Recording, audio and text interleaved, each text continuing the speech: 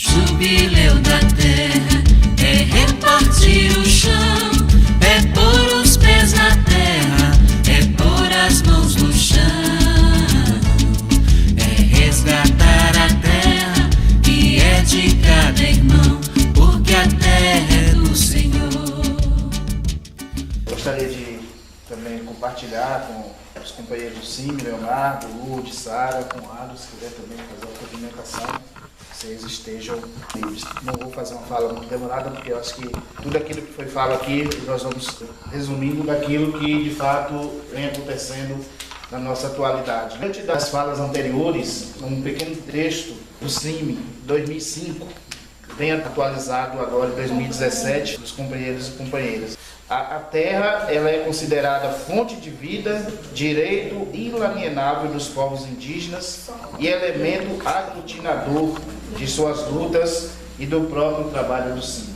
A terra como principal viés da luta.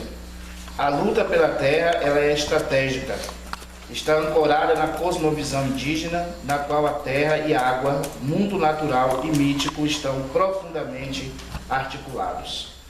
Apoiar essa luta dos povos indígenas exige repensar as bases da sociedade capitalista, colocando em evidência diferentes projetos e visões de mundo. Em sua encíclica Louvado Sejas, o Papa Francisco assume o espaço dos povos indígenas pela sua terra e a luta dos seus territórios. O amor apaixonado pela própria terra é um desses valores que tem um enraizamento profundo nas populações indígenas. Dado de que o direito, por vezes, se mostra insuficiente devido à corrupção, requer-se uma decisão política sob pressão da população. A sociedade, através dos organismos não governamentais e associações intermédias, deve forçar os governos a desenvolver normativas, procedimentos e controle mais rigorosos. Se os cidadãos não controlam o poder político nacional, regional ou municipal, também não é possível combater os danos ambientais. Aquilo que foi citado aqui, logo no início, então, é um texto escrito lá em 2005 que está bem atualizado com as falas que aqui foram ditas.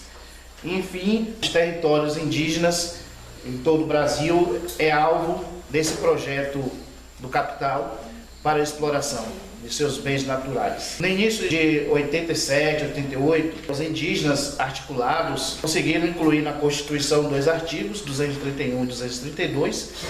Esses artigos eles protegem as comunidades indígenas, direcionam a questão demarcatória dos seus territórios e delega ao presidente do país, ao Poder Executivo, fazer todas essas normativas. Recentemente, nesse período que antecede a Constituição, os indígenas eles lutaram para garantir os direitos na Constituição. Com o passar do tempo e com o avanço do capital sobre suas terras e sobre os modos de viver dos povos indígenas, hoje os indígenas eles lutam pela garantia desses direitos na Constituição. Lutam para defender esses direitos que já estão assegurados na Constituição. Recentemente foi apresentado o projeto do PL 1610, que quer regulamentar a mineração em terras indígenas. Várias comunidades indígenas, vários territórios indígenas já foram mapeados e há um grande interesse dessas empresas multinacionais de avançar sobre essas terras indígenas, apresentando ao artigo 231 mudanças bem significativas, como a PEC 215, de autoria de um deputado que, ligado ao setor do capital, tem interesse de tomar as terras que já foram demarcadas. O conjunto do poder econômico, ele incide com força sobre o poder político e agora também sobre o poder judiciário. Então, o capital, como foi colocado aqui por Shirley, ele não só se articula nas localidades, nos territórios de interesse, mas ele se articula também fora desses territórios, buscando o apoio jurídico e o apoio político. E isso tem avançado no Brasil, e contra essa proposta, os povos indígenas articulados e organizados em seus movimentos têm feito, a nível de Brasil, várias movimentações tem feito várias paralisações de estradas, linhas férreas, ocupação do Congresso Nacional e, consequentemente a isso, essas comunidades, esses povos sempre estão em Brasília fazendo as suas mobilizações. No governo do PT, ainda as comunidades, os povos, as lideranças eram atendidas, mas não se avançou muito e nesse governo é que a coisa tende a piorar. Recentemente foi assinada a portaria que cancela, não tem mais como a FUNAI é um GT para a identificação de uma terra indígena. Portarias declaratórias não podem ser mais assinadas diante dessa portaria do presidente Temer. Também, diante disso, o desmonte da FUNAI é evidente. A FUNAI é um órgão indigenista oficial do governo brasileiro que, quer queira ou quer não, é um órgão que está junto às comunidades indígenas. E esse órgão tem sido sucateado a cada ano e os seus recursos, a sua receita anualmente tem sempre diminuído, que é para atender ao interesse do agronegócio, atender ao interesse desses grupos econômicos que tendem a influenciar os territórios indígenas com seus projetos e com suas ideias mercadológicas. Quanto às questões que vêm se buscando fazer com que essa terra, que para os povos indígenas não é apenas uma terra, mas é um espaço sagrado, para o capital, isso não é visto, né? O capital ele não tem esse interesse de ter a terra como um espaço sagrado, ele vê a terra como um espaço de exploração, para atender principalmente aos mercados internacionais. E com o governo Temer, isso tem se avançado ainda mais e tem se dado apoio tanto político como econômico para essas grandes empresas.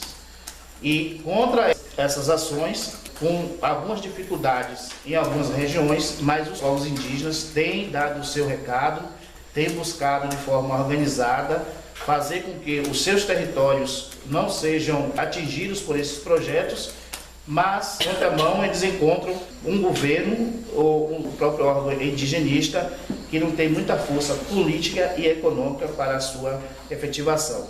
Haja vista que, atualmente, o presidente da FUNAI é um general.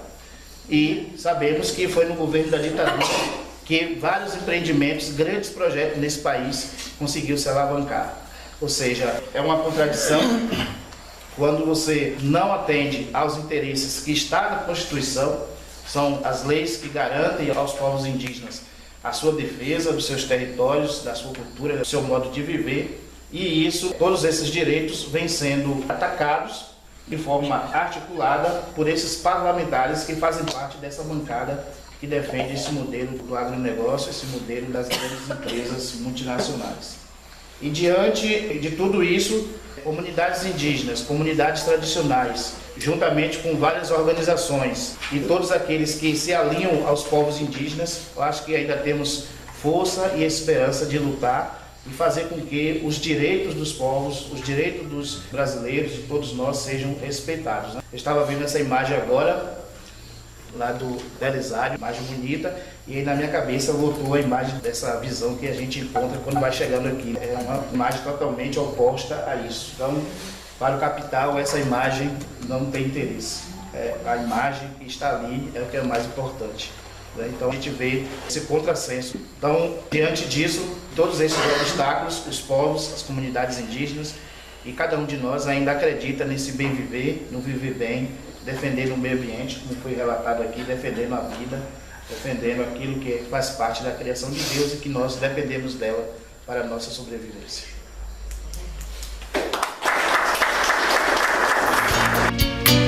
Quando os rios secarem, a água forrar, afogar em motivo de guerra, nem todas as lágrimas juntas serão o consolo dos filhos e órfãos da terra. Lembrarás, chorarás por mim, por ti, por nós.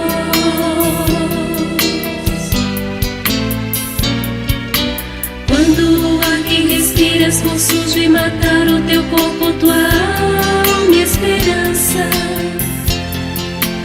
Quando o cheiro das flores for coisa perdida ou apenas mais uma lembrança, lembrarás, chorarás por mim, por ti, por nós.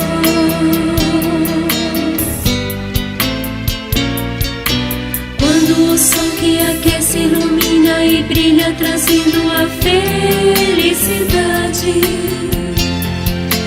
For um calor infernal aquecendo o planeta,